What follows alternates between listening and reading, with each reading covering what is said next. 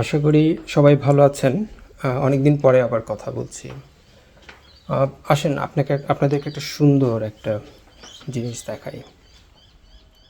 আমি ক্যামেরাটা ঘুরিয়ে দিচ্ছি।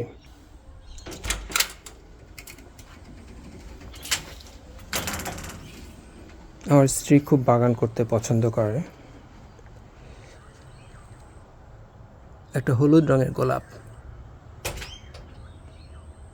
আচ্ছা, এখন আমি যদি বলি যে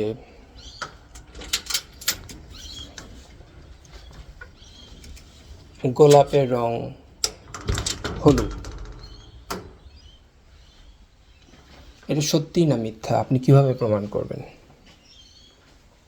বা আমি যদি বলি যে সমস্ত গোলাপের রং হলুদ, এটা সত্যি না মিথ্যা আপনি সেটা কিভাবে প্রমাণ করবেন?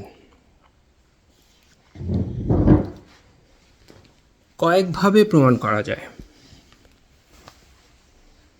একটি হচ্ছে যে আপনি একটির পর একটি গোলাপ দেখা শুরু করলেন এবং বলতে থাকলেন যে দেখেছেন এই গোলাপটা হলুদ, দেখেছেন এটা হলুদ, দেখেছেন এটা হলুদ। এভাবে আপনি এম্পিরিক্যাল সায়েন্সের দিকে চলে গেলেন, আপনি অবজারভেশনের দিকে চলে গেলেন,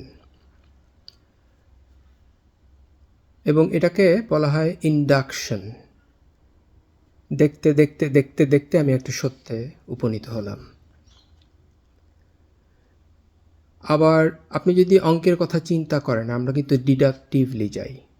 আমাদের মাথায় কিছু এক্সিওম আছে, কিছু তত্ত্ব আছে, থিওরি আছে, আমরা সেগুলো অ্যাপ্লাই করতে থাকি, করতে করতে করতে করতে আমরা অঙ্ককে প্রমাণিত করি।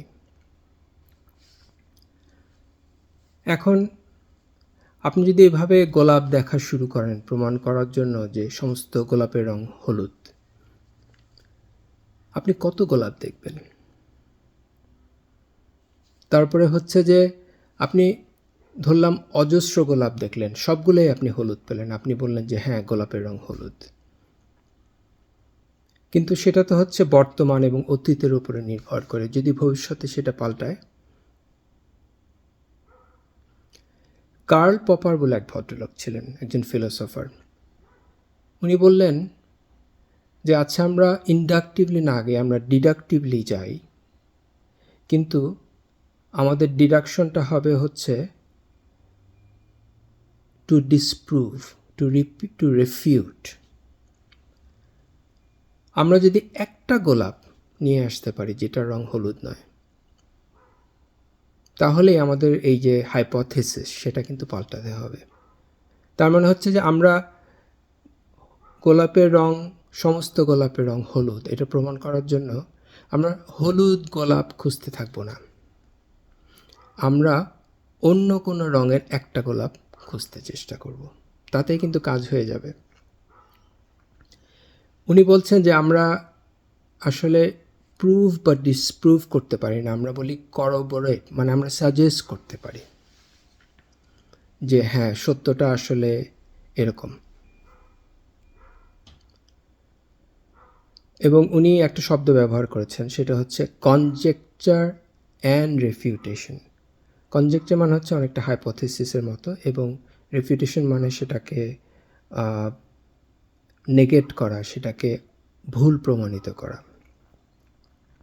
এবং এটা হচ্ছে একটা সাইকেল, এটা চলতে থাকবে, এবং বিজ্ঞান কিন্তু এভাবেই আগায়। It is a repetitive cycle of conjecture and refutation. এখন প্রশ্ন হচ্ছে এপিডেমিওলজিতে এটার প্রয়োগটা কোথায়? আমরা যখন হাইপোথিসিস টেস্টিং করি, আমরা কিন্তু এটাই করি।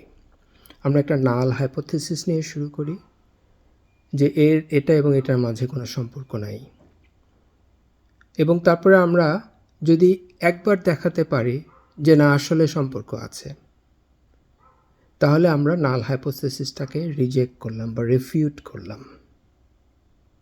তখন আমরা বলি যে we are rejecting the null hypothesis or we are not rejecting the null hypothesis.